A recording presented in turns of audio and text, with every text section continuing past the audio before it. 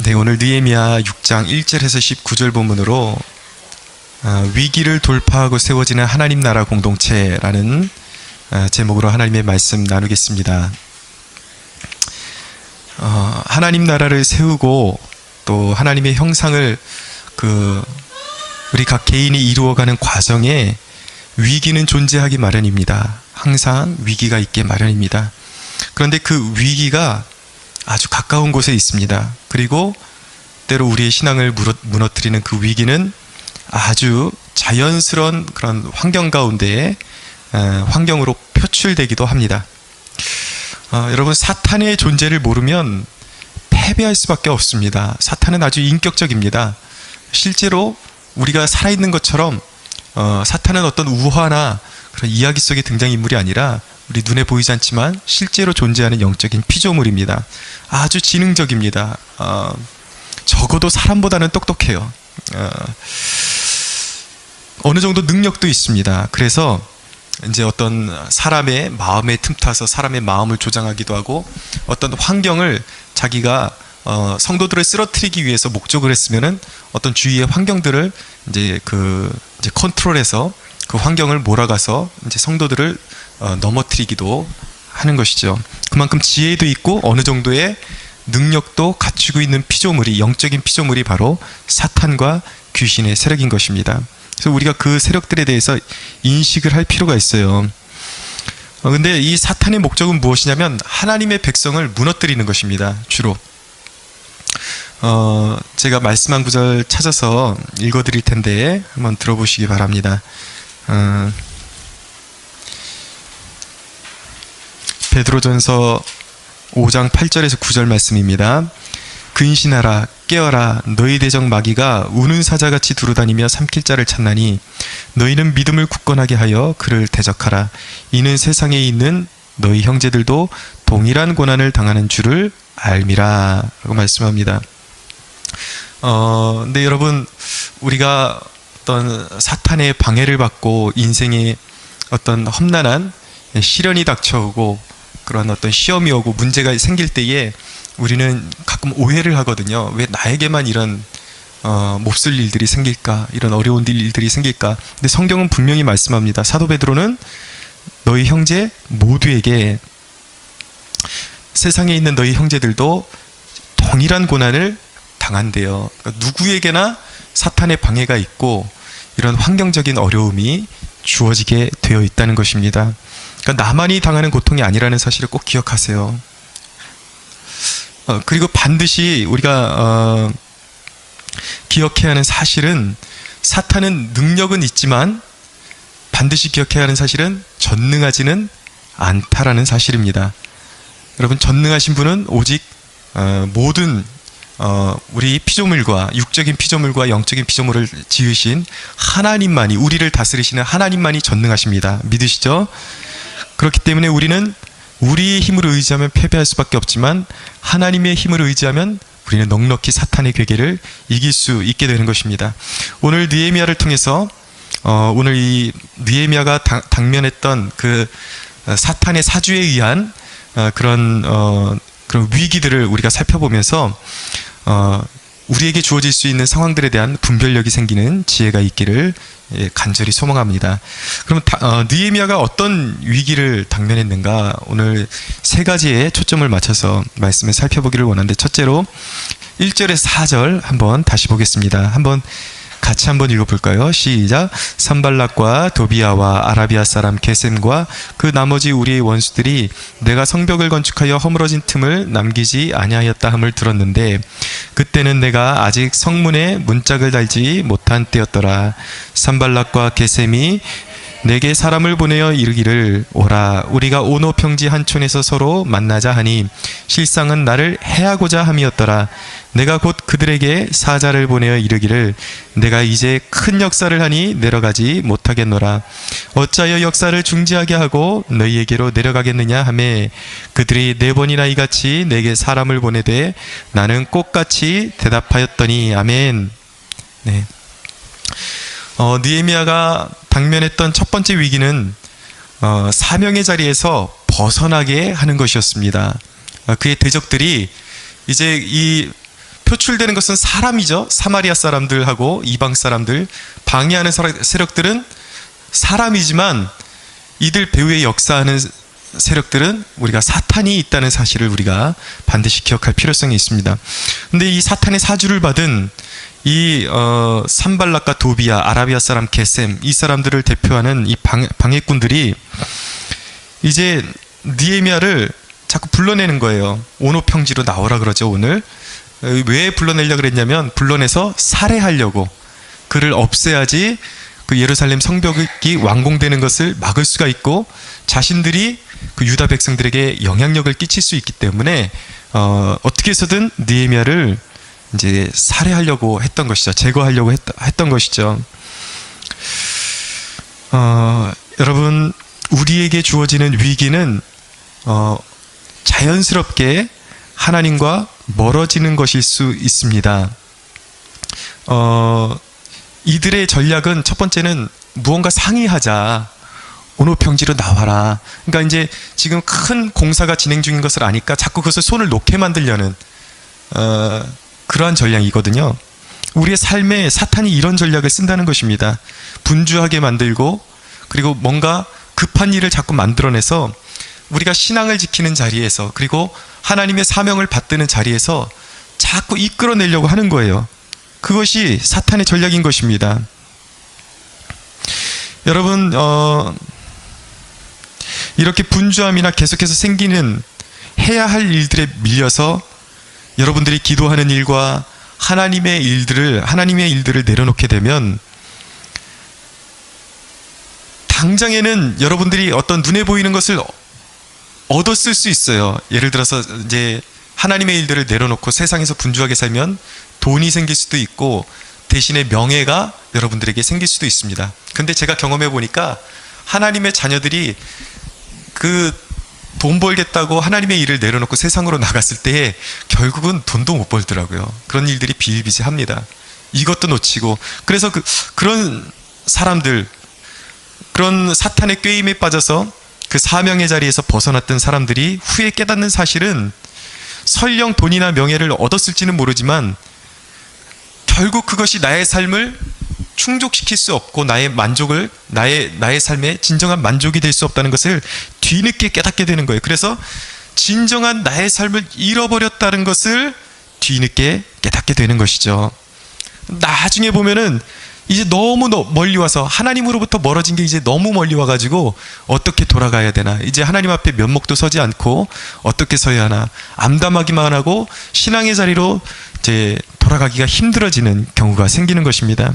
그러나 여러분, 설령 우리들 가운데 이런 사탄의 전략에 우리가 속아서 신앙의 자리에서 그리고 사명의 자리에서 멀어졌다 할지라도 그것을 깨닫는 순간이 이미 우리에게 기회는 있는 것입니다. 그때가 기회예요. 늦었다고 생각할 때가 바로 중심을 잡고 돌아와야 할 때인 것입니다. 사랑하는 여러분, 하나님께는 늘 역전의 역사가 있습니다. 늦었다고 생각이 들지라도 무조건 하나님께로 돌아오십시오. 그러면 하나님께서 우리의 삶을 바로잡아 주시고 모든 흐트러진 것들을 상쇄시키고 다시 우리의 삶을 새롭게 하시는 역사가 하늘로부터 우리에게 임할 줄로 믿습니다. 제가 영락교회 시절에 이제 그때는 전임 전도사였습니다. 늘 주일이 되면 일부 예배부터 해서 이제 전임 전도사들이 돌아가면서 로테이션으로 안내를 서는데 교역자들, 그러니까 전임 전도사들과 그리고 같이 매 예배마다 담당하시는 장로님들이 계셨어요. 근데 제가 안내를 설 때에 한 장로님이 제가 기억에 떠오르는데, 이분 성함이 안봉순 장로님이십니다. 남자분이신데 이름도 귀여우신데 아주 생긴 것도 귀여우세요. 아주 너무 이제 곱상하게 생기시고 인상도 너무 좋으세요.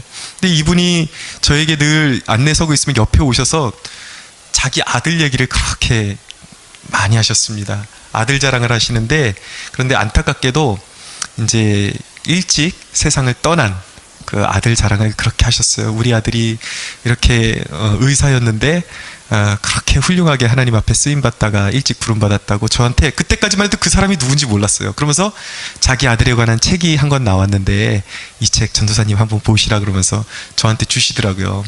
그 책 제목이 뭐냐면 그 청년 바보 의사였습니다. 그래서 안봉순 장로님 아들이 바로 그 책의 주인공인 안수연 형제였습니다. 이 안수연 형제는 당시 내과 전문의였고, 그리고 33살의 나이에 안타깝게 이제 군에서 유행성 출혈열로 이제 사망하게 되었습니다. 아주 꽃다운 나이에 이제 삶을 저버리고 이제 하나님께 부름을 받았는데, 그의 인생이 정말 얼마나 아름다웠는지 말로 할 수가 없어요. 그의 인생이 얼마나 영향력이 있었는지를 보여주는 그 사례가, 이 청년이 죽고 장례식을 이제 치렀는데, 장례에 이 33살짜리 젊은 청년이 한 명 죽었는데 1000명이 넘는 그 문상객들이 다녀갔습니다. 근데 거기에 사회 각계각층의 사람들이 다 물론 이제 이 사람이 의사니까 그 동업종의 의사들, 간호사들 이제 많이 다녀갔겠죠. 그렇지만 사회에 아주 또 이렇게, 심지어는 그 병원에서 청소하시는 분들과 환자들 보호자들, 또 그 청년이 돌봐줬던, 이 형제가 돌봐줬던, 이미 이제 가족은 소천했지만 이 의사의 섬김을 보았던 그 유가족들이 이제 또 이 청년의 장례식에 다 모여서 무려 1000여 명이 넘는 그러한 이제 인파가 이 형제의 장례식에 참석해 주었습니다.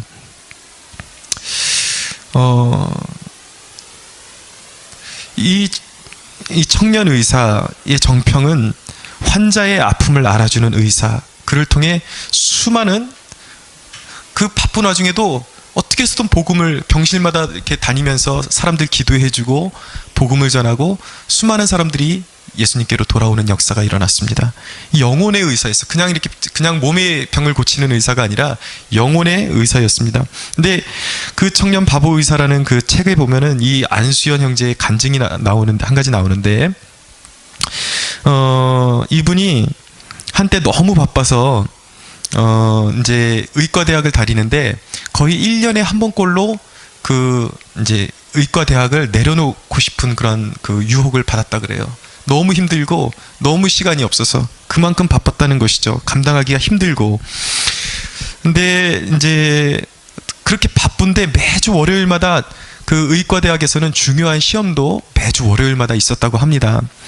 그래서 이 청년의, 이 형제의 그 당시의 고민이 무엇이냐면 학업을 선택할 것이냐, 바쁜 와중 공부를 해도 이게 소화가 안 되니까 학업이냐 아니면 하나님이냐, 하나님을 선택할 것이냐, 이 갈등 가운데 놓이게 된 거예요. 학업을 따라잡아야 되느냐, 신앙을 따라잡아야 되느냐, 이 갈등 가운데 처했던 것입니다. 신앙도 중요하지만 훌륭한 의사가 되기 위해서는 학업을 우선시해야 한다는 그 유혹이 너무나도 강렬하게 들었던 것입니다. 근데 이제 그의 묵상집에 써 있는 글귀가 있는데 그가 이제 영어로 이런 고백을 했다고 합니다. My eyes are fixed on you, O Lord. 제가 이렇게 가끔 영어를 구사한다 그래서 제가 영어를 전혀 잘하는 것은 아닙니다. 가끔 이제 말씀을 부각시키기 위해서 제가 이제 필요할 때만 영어를 사용하는데, 이거는 이제 그 형제의 고백이죠. 무슨 말씀이냐면, 내 눈이 주님 당신께 고정되었습니다라는 뜻입니다. 그러니까 이 정신, 이 고백대로 이 청년은 늘 이 고백대로 살기를 바랬던 것입니다. 이 원칙에 따라 삶의 우선순위를 정했던 거예요. 아무리 바쁘고 아무리 세상적인 일들이 많이 있지만 자기의 중심을 흔들어 놓는, 사명의 자리에서 이탈시키는, 신앙의 자리에서 이탈시키는 수많은 일들이 있지만 이 원칙을 따라서 나의 눈이 온전히 하나님 한 분께로만 고정되어 있습니다라는 이 고백대로 그가 선택하기를 바랬다는 것입니다. 그래서 그 바쁜 와중에도 그의 선택은 무엇이냐면, 화요일만큼은 이제 그가 몸담고 있던 기독 학생의 이제 동아리가 있었다 그래요. 그곳에서 이제 성경 공부를 하고 완전히 거기에 이제 올인을 하고 하나님을 알아가는 그러한 모임에 완전히 집중을 하기로 결단을 했다 그럽니다. 그리고 주일 아침에는 오전 9시에 교회 가서 오후 6시까지 교회에 봉사하는데 자신을 헌신했던 거예요. 완전히 드리기로. 그리고 나서 모든 것을 마치고 난 다음에 집으로 돌아가서 그 다음 월요일 날 있는 시험을 밤을 새면서 준비했다고 하는 것입니다. 여러분, 어떤 결과가 나왔겠습니까? 이 청년에게. 여러분, 밤을 새면서 공부했지만 이 청년에게 역시나 시간은 부족했어요. 그래서 월요일 날 시험을 보면 그렇게 좋은 성적이 나오지는 않았다고 합니다. 그래서 그의 대가가 무엇이었냐면 1년을 학교를 유급당하는 그러한 이제 처지까지 되었습니다. 그러나 그의 고백은 그의 선택에 있어서 후회라는 게 없었다라는 거예요. 하나님께 비록 내가 유급당하고 1년을 세상 말대로 꿇는다 그러잖아요. 1년을 꿇은 거죠. 1년을 꿇었는데 그래도 후회함이 없었다는 것입니다. 하나님께 드린 시간에 대해서. 그 청년의 그 마음은 하나님을 섬기기 위해서는 당연히 내 것을 버려야 하는 그런 대가를 지불해야 하는 그것이 당연히 필요하다는 것을 그 청년이 알고 그렇게 실천하면서 살았다는 것입니다. 그런데 여러분, 1년을 유급당했어요. 그런데 그 의사는 누구도 하지 못하는 일들을 해내는 의사가 되었습니다. 중요한 건 성적이 아니에요. 영혼을 만지는, 그의 삶 가운데 살아계신 하나님의 임재가 나타나는 그런 의사가 되었다는 것입니다. 여러분, 우리가 기억해야 하는 사실이 있습니다. 특별히 이 땅에 살아가는 젊은이들, 여러분들이 그렇게 목매어하는 어떤 점수나 벌어들이는 돈이 여러분의 가치를 매겨주는 것이 아니라는 것입니다. 오직 예수 그리스도의 생명이 여러분의 인생에 참 가치를 덧입혀 주는 것입니다. 여러분, 그리스도인의 선택은 무엇이냐면 그리스도인은 자연스러운 것을 쫓는 것이 아닙니다. 이 청년의 삶 가운데 자연스러운 것은 무엇이었습니까? 세상 사람들과 똑같이 바쁘면 신앙도 다 뒤로 하고, 기도도 뒤로 하고, 성경 공부도 뒤로 하고, 봉사도 뒤로 하고, 공부에 매진하는 것이 자연스러운 의대생의 삶이에요. 근데 이 청년은 그 삶을 거부했던 것입니다. 역으로 거슬러 올라가는 삶을 살았던 것입니다. 사랑하는 여러분, 바로 이것이 그리스도인의 삶인 것입니다. 하나님께서 우리에게 원하시는 삶, 세상이 원하는, 세상이 이끄는 대로 우리의 육신에게 자연스러운 삶을 살아가는 것이 우리에게 하나님께서 원하시는 삶이 아니라 육체의 자연스러움을 거부하고 세상의 요구를 역류해서 올라가는 것이 바로 오늘날 하나님께서 저와 여러분들에게 원하시는 삶임을 믿으시기 바랍니다. 거기에 하나님의 역사가 나타나는 것입니다. 점수로는 환산할 수 없는, 이 사람보다 더 뛰어난 의사는 많았어요, 기능적으로. 그러나 이 의사는 환자들의 환부만 만지는 의사가 아니라 그들의 영혼을 만지는 의사, 영혼을 고치는 의사가 되었다는 것입니다.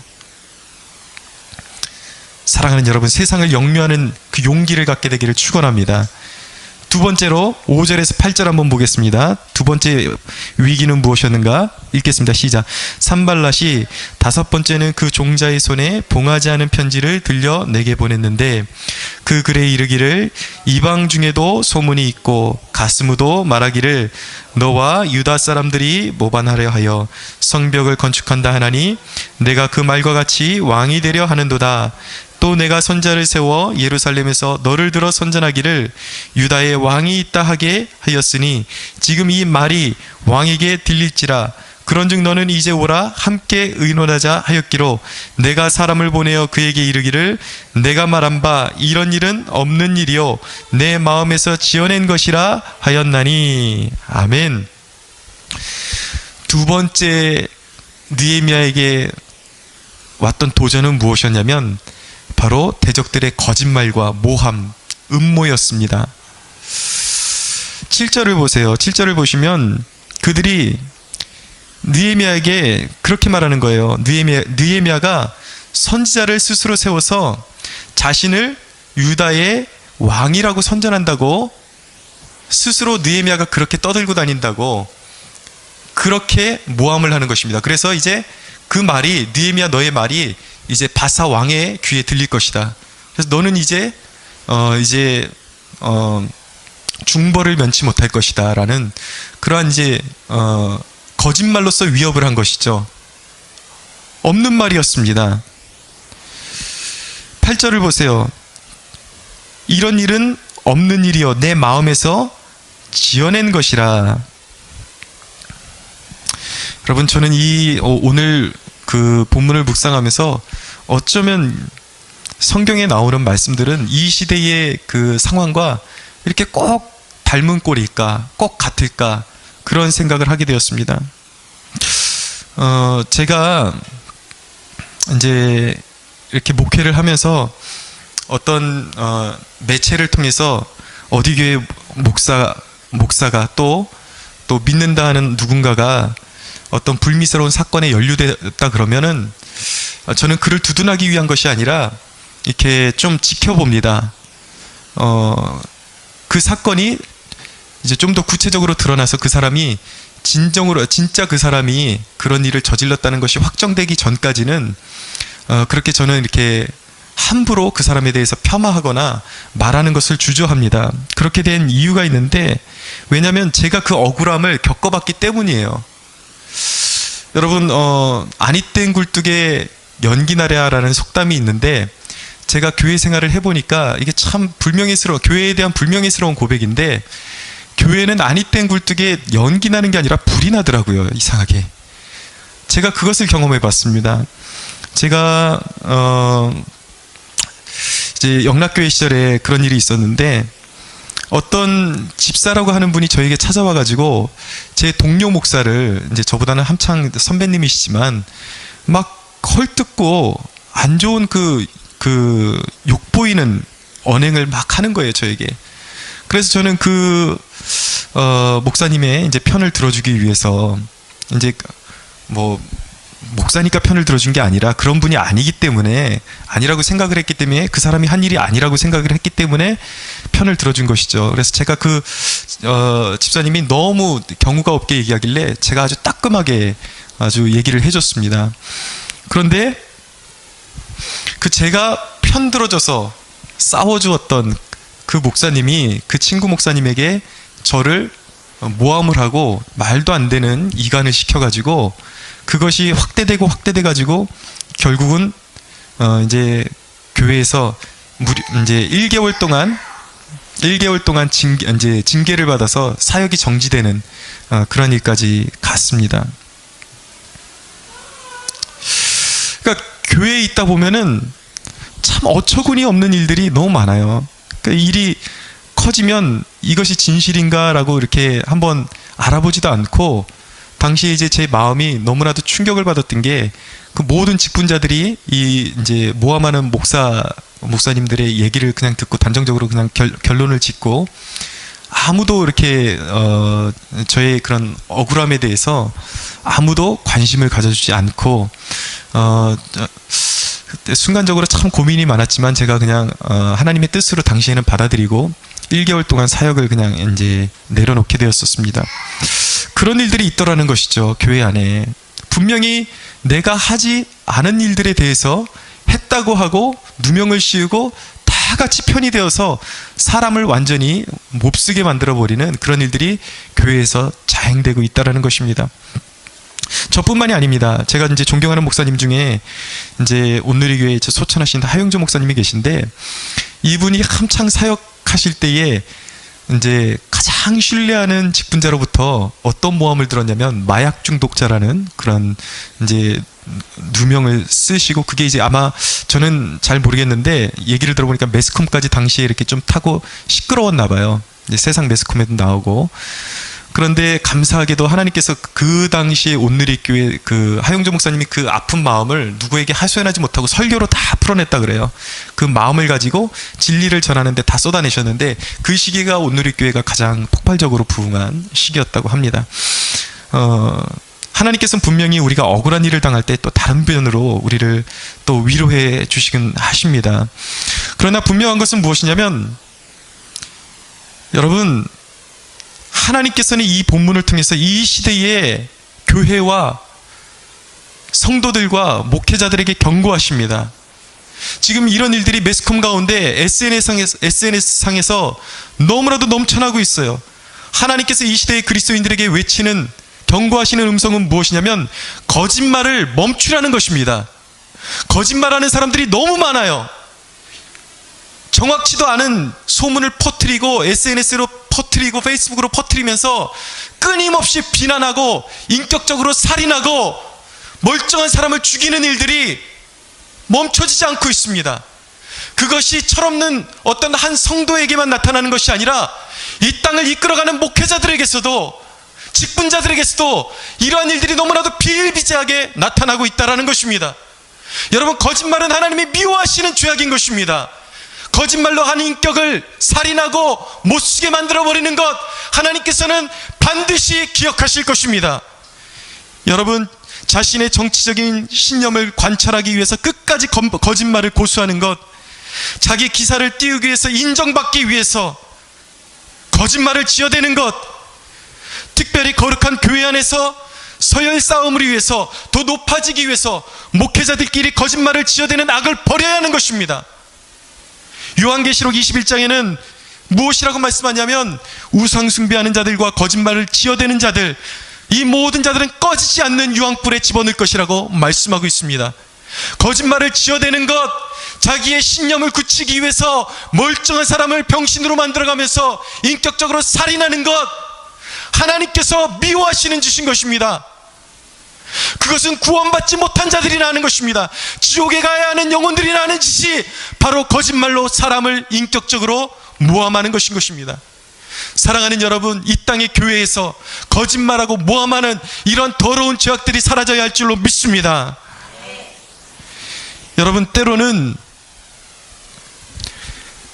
원치 않지만 우리도 이런 거짓말에 노출될 때가 있습니다. 모함에 시달릴 때가 있어요. 사람들이 우리를 인격적으로 모함할 때가 있습니다. 그럴 때 우리는 어떻게 할까요? 우리에게 합당한 처신이 필요한데, 첫째는 진실은 밝혀야 합니다. 내가 하지 않은 일인데 그것을 그냥 하나님의 뜻이겠거니 하고 그냥 수용하는 것, 그것도 옳은 일은 아닙니다. 그런데 이제 우리가 살다 보면은 아무리 내가 하소연해도 먹히지 않을 때가 있어요. 꼼짝없이 내가 그 일을 한 사람이 될 때가 있습니다. 그것은 하나님께서 특별한 섭리를 가지고 나에게 주시는 연단이기 때문에 받아들여야 하는 것입니다. 그러나 여러분, 할 수 있으면 진실은 밝혀야 하는 것입니다. 그런데 그 진실을 밝히기 위해서 우리는 유의해야 하는 사실이 무엇이냐면 자기의 손으로 안갚음을 하려고 해서는 안 되는 것입니다. 되갚아 주려고 해서는 안 되는 것입니다. 원수를 갚는 것은 하나님께 있습니다. 진실은 밝히되 우리는 그것을 돌려주려고, 내가 받은 상처를 돌려주려고 하면 안 되는 것입니다. 하나님께 맡겨야 하는 것입니다. 여러분, 다윗도 보면 사울 앞에서 사울을 끝까지 자신의 손으로 처단하는 것을 보류하고 하나님께 맡겼지만 사울에게 몇 번이나 자신의 그 결백함을 고백하는 것을 볼 수가 있습니다. 사도 바울도 어디든지 가면 자기 자신을 변호했습니다. 이전에 제가 이제 아직도 이렇게 신앙이 여물지 못했을 때는 어떤 그런 잘못된 죄책감 때문에 이제 제가 명확하게 그런 어떤 누명을 쓰고 있음에도 불구하고 그것을 받아들이는 것이 하나님의 뜻이라고 생각했기 때문에 제가 침묵을 했는데, 지금 생각해 보면은 제가 조금 이렇게 성숙미가 없었다, 노련미가 없었다라는 생각이 들어요. 잘못된 것은, 거짓된 것은 밝혀야 하는 것입니다. 그렇지만 그 보응에 대해서는 내가 갚아주는 것이 아니에요. 하나님께 맡겨야 하는 것입니다. 때로는 그 법을 집행할 수 있는 기관에 그것을 의탁해야 하는 것이지, 내가 똑같이 인격적으로 내가 받은 상처를 똑같이 갚아주려고 해서는 안 되는 것입니다. 나아가서 두 번째로 모함에 시달릴 때 어떻게 해야 되는가? 진리 되시는 주님을 붙들어야 돼요. 사랑하는 여러분, 세상은 나를 몰라줘도 주님만은 모든 것을 알고 계십니다. 그리고 내가 억울함을 당한 것을 그대로 갚아주시는 공의의 재판장이 바로 우리가 믿는 하나님이십니다. 여러분, 왜 우리가 맡겨야 합니까? 억울함에 집중해서 분노에 사로잡히게 되면요, 결국 누가 망가지게 됩니까? 내가 망가지게 되는 것입니다. 여러분, 악인들의 특징이 무엇인지 아십니까? 거짓말을 지어대고 모함하는 사람들의 특징은 뭐냐면 그들에게는 죄책감이 없어요. 그들은 사람을 그렇게 아프게 해놓고서도 죄책감이 없습니다. 그러니까 여러분, 이 땅을 살아가면서 내가 모함당한 것 때문에 내가 막 분내고 속으로 그것을 삭히지 못하고 계속 분내하게 되면 상대방은 계속 희희낙낙거리고 전혀 죄책감도 없는데 누구만 망가지는가? 결국 내 자신만 망가지는 거예요. 그러니까 하나님께서는 내가 갚아줄 테니까 너희의 억울함을 내 발 앞에 내려놓아라. 하나님께서 그렇게 말씀하시는 것입니다. 의로우신 재판장이 되시는 예수 그리스도께서 갚아주실 테니까 맡기라고, 나를 바라보라고 주님께서 말씀하시는 것입니다. 주님께서는 정확하게 모든 상황을 정확하게 판단하실 수 있는 진리가 바로 주님 자신이시기 때문입니다. 여러분, 때론요 우리가 참 억울한 것이 이렇게 모함을 받다 보면 하나님께서는 분명히 우리가 알기로는 인생을 역전시켜 주시는 분이라고 알고 있는데 실제로 우리의 삶 가운데는 역전은커녕 비난받고 상처받고 쓰러질 수도 있다라는 것입니다. 그런 일들이 아주 비일비재합니다. 그러나 사랑하는 여러분, 우리 주가 되시는 예수님을 생각해 보십시오. 사람들에게 채찍질 받으시고 모함 받으시고 거짓말에 의해서 재판장까지 가시고 그 재판에서 거짓된 판결을 받으시고 십자가까지 지셨습니다. 십자가에 달리셨어요. 그러나 여러분, 예수 그리스도는 그분이 죄 없으시고 무고하시기 때문에 부활로서 그 자신의 의로움을 온 세상 가운데 입증하셨습니다. 선포하셨습니다. 여러분, 꼭 기억하십시오. 이후에 모든 악인들, 참된 성도들을 모함하고 거짓말하고 비판했던 모든 악인들은 바람에 나는 겨와 같이 다 사라져버리고 없을 것입니다. 언제 저렇게 형통할 것 같았던 저들이 다 언제 사라졌지? 그런 날이 오게 될 것입니다. 그러나 여러분, 기억하십시오. 부활하신 주님과 연합한 모든 우리 성도들은 그분의 억울하고 답답하고 지금 이 상황이 정말 너무나도 억울할지라도 주님과 연합한 자들은 언젠가 반드시 주님의 부활의 그 영광에 참여하게 될 것입니다. 나아가서 세 번째 위협은 무엇이었는가? 위기는 10절 한번 읽어보겠습니다. 시작. 이후 무에다벨의 손자 들라야의 아들 스마야가 두문불출하기로 내가 그 집에 가니 그가 이르기를 그들이 너를 죽이러 올 터이니 우리가 하나님의 전으로 가서 외소 안에 머물고 그 문을 닫자. 저들이 반드시 밤에 와서 너를 죽이리라 하기로. 아멘. 여기 이제 세 번째 위기가 무엇이었는가? 느헤미야에게 닥쳤던 악한 세력들은 두려움을 준다라는 것입니다. 두려움으로 사명을 내려놓게 만들어버리는 것입니다. 자, 여기 무헤다벨의 손자 들라야의 아들 스마야라는 선지자가 나오죠.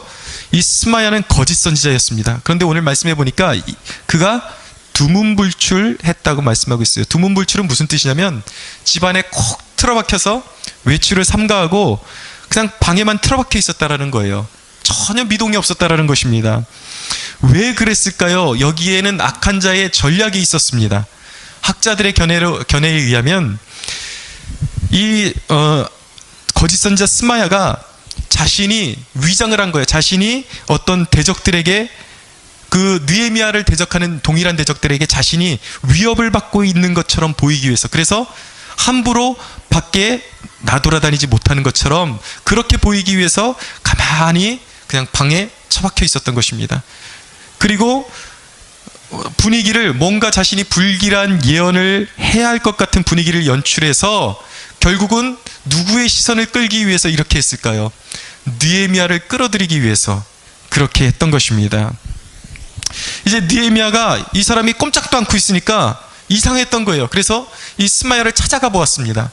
찾아갔더니 이제 그의 그 계획대로 느헤미야에게 이제 거짓 예언을 한 것이죠.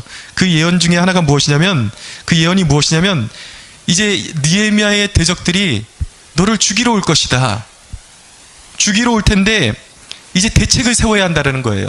어떻게 대책을 세워야 하는가? 여기 보니까 성전 안에 있는, 성전의 외소 안에 머물고 그 문을 닫자라고 그렇게 이제 말하고 있습니다. 그러니까 대적들이 너를 죽이러 올 테니까 은밀한 장소에 가서 문을 닫고 숨어 있으라는 거예요.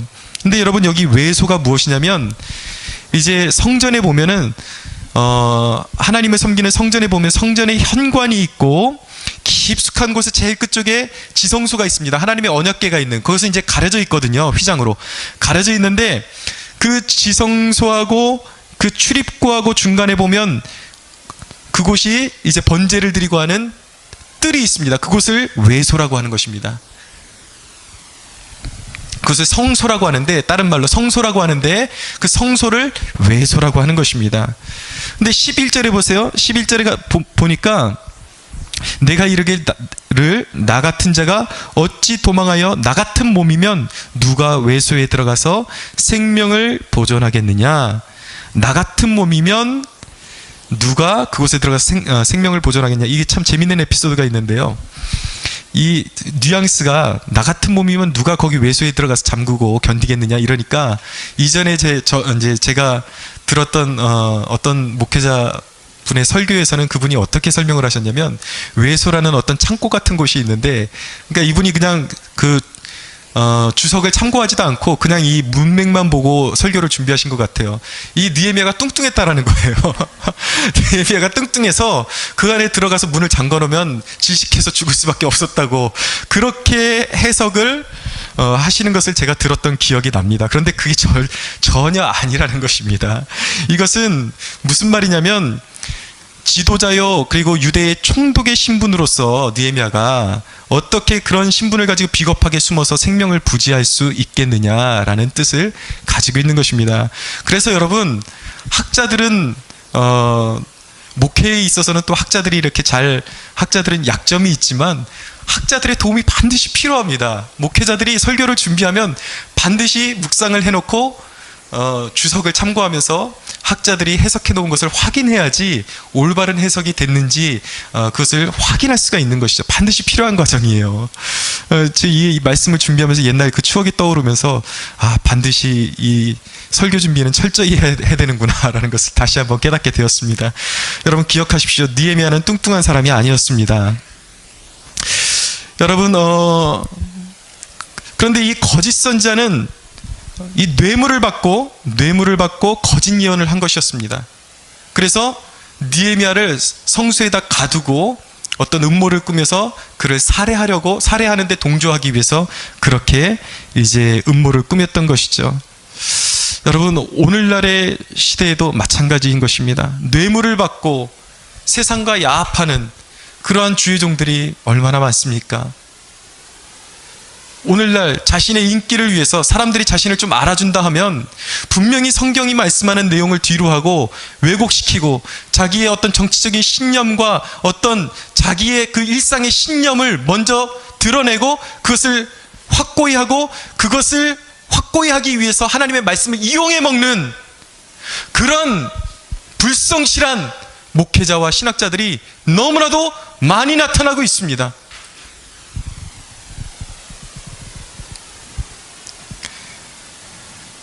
사랑하는 여러분, 자신의 유익을 위해서 하나님의 말씀을 팔아먹고 신앙의 양심을 팔아먹는 그 일들, 여러분, 우리 그리스도인들은 그런 일들을 버려야 할 줄로 믿습니다. 여러분, 사탄은 여러분들에게 두려움을 줄 것입니다. 사탄은 그렇게 속삭일 거예요. 여러분들이 어떤 주님의 일을 감당하다 보면 그렇게 하면 물질적인 손해를 많이 볼 거야. 전도하면 사람들이 너를 싫어할 거야. 사람들과 세상 사람들이 사는 것과 다르게 살면 너의 이미지도 추락하고 사람들이 비웃을 거야. 불이익이 있다고. 왜 너는 세상 사람들과 똑같이 살지 않는 거니? 너는 손해볼 거야. 세상이 너를 가만히 두지 않을 거야. 두려움을 주는 것입니다. 그 자리에서 떠나. 섬김의 자리에서 떠나. 예배의 자리에서 떠나라고. 기도의 자리에서 떠나라고. 사탄은 끊임없이 그렇게 여러분들에게 속삭일 것입니다. 그러나 여러분, 그런 두려움이 올 때, 불이익이 올 것 같고 어떤 두려움이 올 때에 숨지 말고 그리스도인은 직면해야 하는 것입니다. 적을 두려워하면 패배할 것입니다. 여러분, 사도 바울에게도, 사도 바울하면 어떤 사도였습니까? 패기의 사도, 열정의 사도, 두려울 것이 없는 것 같은 사도이지 않습니까? 그런데 사도행전 18장 9절에 10절 보면 주님께서 사도 바울에게 나타나셔서 옆에 서서 말씀하십니다. 두려워하지 말며 침묵하지 말고 말하라. 내가 너와 함께 있음에 어떤 사람도 너를 대적하여 해롭게 할 자가 없을 것이라 라고 말씀하셨습니다. 사랑하는 여러분, 눈에 보이는 사람을 두려워하지 마십시오. 보이지 않지만 내 안에 영원히 거하시는 주님만 바라볼 수 있게 되기를 바랍니다. 여호와를 앙망하는 자는 새 힘을 얻게 될 것입니다. 세상과 타협하지 마십시오. 두려움이 올 때 두려움에 붙잡히지 마시고 두려움을 넘어서십시오. 직면하십시오. 할렐루야.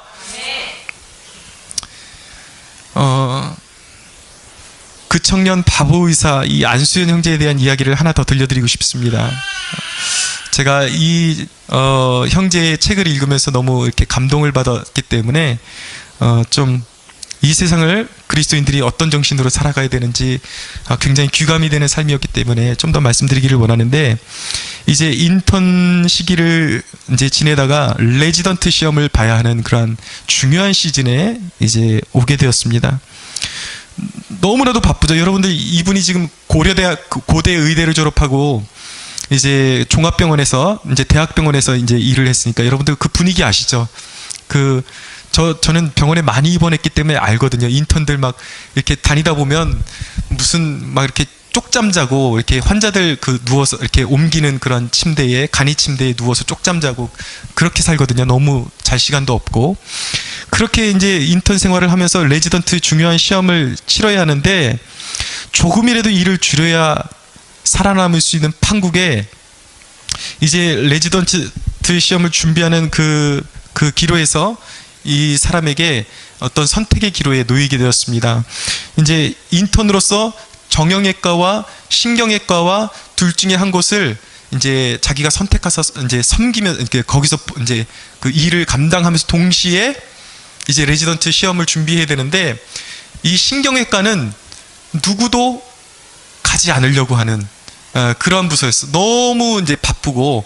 그래서 이제 동료 의사가 있는데 동료 의사한테 물어본 거예요. 같이 시험 보는 의사인데 너는 어디로 가고 싶니? 물어보니까 동료 의사가 내가 정형외과로 가고 싶다라고 말한 것이죠.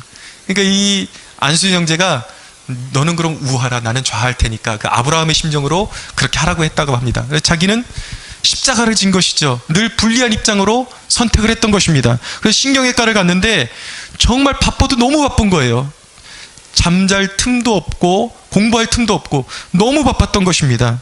그래서 주위에서 이 안수현 형제에게 그 조언해 주기를, 경쟁률이 낮은 그 파트의 시험을 지원한 다른 선생님들과 좀 양해를 구해서 업무를 바꾸라고 그렇게 이제 권유를 했던 것입니다. 근데 이 안수현 형제가 생각하기를, 나도 솔직히 맡기 싫은 이곳이고 너무나도 분주한, 내가 생각해도 부담스러운 이곳을 내 시험을 위해서 다른 사람에게 넘겨준다는 것은 말이 될 수가 없다. 그래서 그 바쁜 와중에도 자기가 신경외과를 그냥 고집하고 고수하고 신경외과를 섬겼다는 것입니다. 그의 고백은 무엇이냐면, 설령 레지던트 시험을 떨어지더라도 하나님 앞에 성실하게 살고 싶었다고 하는 것입니다. 그래서 그렇게 열심히 일하고, 그런데 그 시험 전날 말씀을, 성경을 읽는데 하나님께서 그런 말씀을 주셨다는 거예요. 두려워하지 말라, 놀라지 말라, 내가 너와 함께함이라는 그 말씀으로 위로를 받고 시험에 임했다라는 것입니다. 비록 그의 그 삶의 여정에 보면은 공부를 잘 하지 못해서 유급당하는 케이스도 있었지만, 또 결정적인 순간에는 하나님께서 반드시 역전의 역사를 일으켜 주셨다라는 거예요. 시험 준비를 제대로 하지도 못하고 떨어질 각오를 하고 레지던트 시험을 봤는데, 하나님께서 그 경쟁 가운데 하나님께서 정말 이렇게 넉넉하게 하나님께서 레지던트 시험을 합격하게 해주셨다라는 것입니다.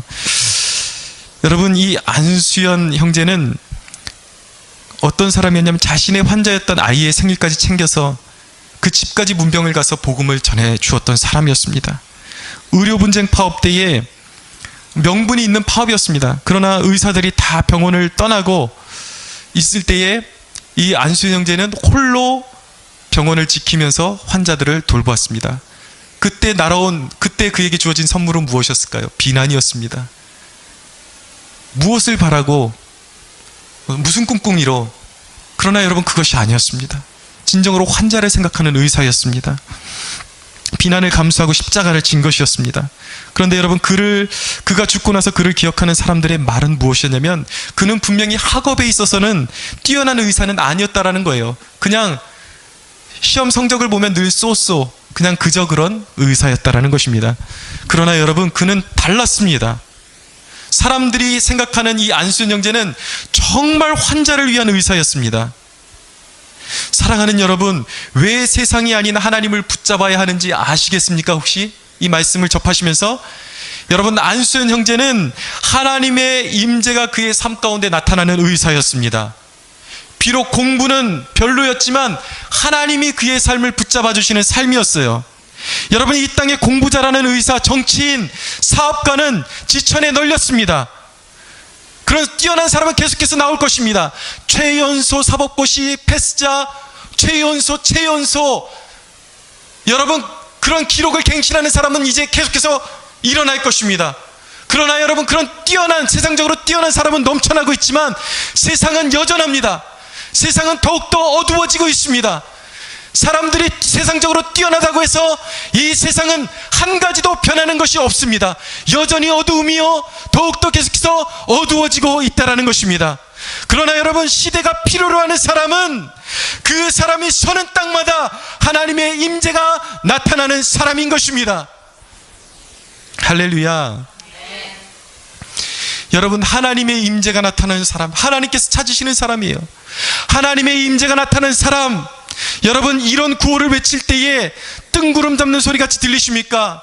만약에 이 말이 뜬구름 잡는 소리처럼 들린다면 그 사람은 이미 세상과 야합해서 속물이 된 것입니다. 여러분, 이 땅 가운데 수많은 크리스천들이 술과 야합하고 음란과 야합하고 허영과 야합하고 세상 지식과 동맹한 사람들이 얼마나 많습니까?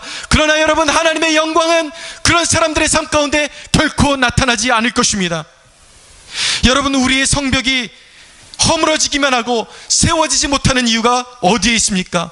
바로 이 하나님 나라 코람데오가 무슨 뜻입니까? 하나님 앞에서, 이 안수현 형제가 하나님 앞에서 어떤 자세로 살았습니까?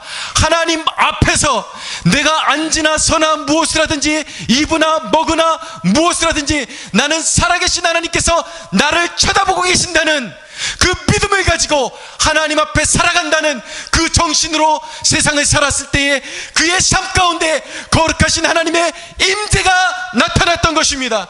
그는 비록 세상 사람들과 비교해서 기능적으로는 별로였지만 그를 통해서 수많은 사람들이 위로를 받고 질병을 치유함을 받고 영혼이 고침을 받고 예수 그리스도로 말미암아 죽음에서 구원을 받는 놀라운 역사가 그의 삶 가운데 나타났던 것입니다. 사랑하는 여러분, 저와 여러분의 삶이 이 거룩한 삶을 쫓아갔던 한 형제의 삶처럼 세상과 야합하는 사람이 아니라 세상이 우리를 밀어내다고 할지라도 중심에서 벗어나는 삶이 아니라 하나님 우선순위의 삶, 경건을 쫓는 삶, 하나님 앞에서 하나님을 의식하며 사명을 붙잡는 삶을 살아가는 저와 여러분들이 되기를 간절히 주 예수 이름으로 축원합니다. 우리 하나님께 영광의 박수 한번 올려드리겠습니다.